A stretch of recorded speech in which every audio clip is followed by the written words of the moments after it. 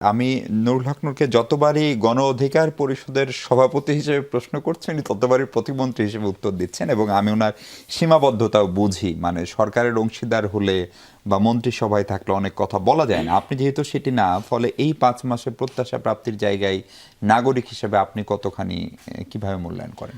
প্রথমত বলি যে গণ অভ্যুত্থান পরবর্তী একটি নির্বাচিত সরকার, তার দায় এবং দায়িত্ব অনেক। এটি মেনেই আপনাকে সরকারে থাকতে হবে। দেনাও অনেক। প্রথম কথা, বিএনপি 17 বছর ক্ষমতা কেন্দ্রের আশেপাশেও থাকতে পারেনি।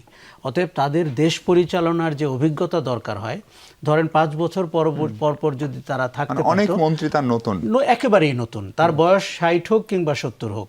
কাজেই এটি আমাদের মাথায় রাখতে হবে। দ্বিতীয় হচ্ছে, যেই ভঙ্গুর অর্থনীতি রেখে ফ্যাসিবাদীরা পালিয়ে গেছে সেটিকে আপনার নজরে নিতে হবে। তৃতীয় হচ্ছে, যে রাজনৈতিক পরিস্থিতির উদ্ভব হয়েছে, একটা তো গেল শেখ হাসিনার একদলীয় কিংবা জাতীয় পার্টিকে নিয়ে একটা জোড়াতালির রাজনীতি, জোড়াতালির সংসদ। আর 5ই আগস্টের পরের রাজনীতিটি হচ্ছে আরেকটি অগ্নিগর্ভ রাজনীতি, যেখানে আপনি মানুষ বিপন্ন বোধ করতে শুরু করেছে, ভয় পেতে শুরু করেছে। কাজেই প্রথমে চ্যালেঞ্জের কথাগুলো এই জন্য বললাম যে আপনি ভাববেন না আমি তাকে ছাড় দেওয়ার জন্য বলছি, আমি শুধু বলছি কনটেক্সটটি বোঝার জন্য। সেই জায়গাটিতে তার প্রথম কাজ কি? দেখুন, আমি কিন্তু মনে করি যে জামাতে ইসলামী এবং এনসিপি, তাদের তো রাজনীতির হাতিয়ার হচ্ছে সংস্কার। কেননা তারা বারবার বলবে আমরা এক হয়েছি, সংস্কার বাস্তবায়ন করব। দেখুন, 5ই আগস্ট পর্যন্ত কে কি করেছে, কোন দাবিতে কতদূর আন্দোলন হয়েছে, সংস্কারের আইডিয়াটি কোত্থেকে এলো, আমরা সবাই অবগত। কাজেই ওই সংস্কারকে পুঁজি করে যদি রাষ্ট্রের সব কিছুকে আপনি বিচার বিশ্লেষণ করতে থাকেন, এটি কিন্তু একটা ভুল পদক্ষেপ হবে। বিএনপির কাছে আমাদের প্রথম প্রত্যাশা ছিল আইন শৃঙ্খলার পরিস্থিতি ঠিক করা। সেই জায়গাটিতে আমি বলবো যে মব ভায়োলেন্স শেষ হয়ে যায়নি, কিন্তু কমেছে তো। এবং সরকার থেকে তো পৃষ্ঠপোষকতা হচ্ছে না। আমরা অন্তর্বর্তী সরকার থেকে মবের পৃষ্ঠপোষকতা দেখেছি, রাজনৈতিক সংগঠনকে দাঁড়াতে দেখিনি, এমনকি বিএনপির মতো বড় সংগঠনকেও আমরা দাঁড়াতে দেখিনি। জামাত ইসলামী, এনসিপি এবং কিছু ইন্ডিভিজুয়ালকে তো অ্যাক্টিভ রোলে দেখেছি মবের পক্ষে। আচ্ছা, আইন শৃঙ্খলার জায়গাটিতে আমি বলবো যথেষ্ট উন্নতি হয়েছে। মানবাধিকারের জায়গায় তারা যদিও কমিশনটিকে বাতিল করে দিয়েছেন, অর্ডিন্যান্সটিকে আইনে পরিণত করেননি, আমি তির্যকভাবে নজর রাখছি।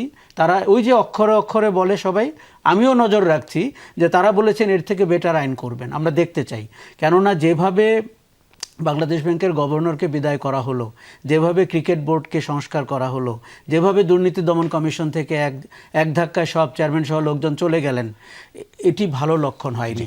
কেননা আমরা এই লোকগুলোকে সুন্দর করে বিদায় দেওয়া উচিত ছিল। তা না হলে আপনার সরকারের দায়িত্ব, রাষ্ট্রের দায়িত্বে লোকজন আসবে না। আচ্ছা, যেটি বিএনপির ভালো লেগেছে সেটি হচ্ছে বিএনপি তার রাজনৈতিক কমিটমেন্ট অনুযায়ী 5 মাস পরিচালিত হয়েছে। কৃষক কার্ড, আপনার ফ্যামিলি কার্ড, খাল খনন কর্মসূচি, আমি মনে করি একটি রাজনৈতিক দল ক্ষমতায় থাকা উচিত।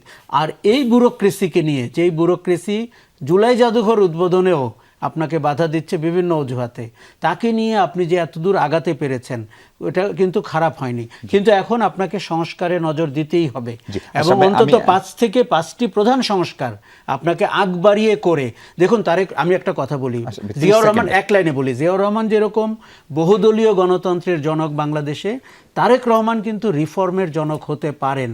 তার হাতে এই সুযোগ এখনো আছে।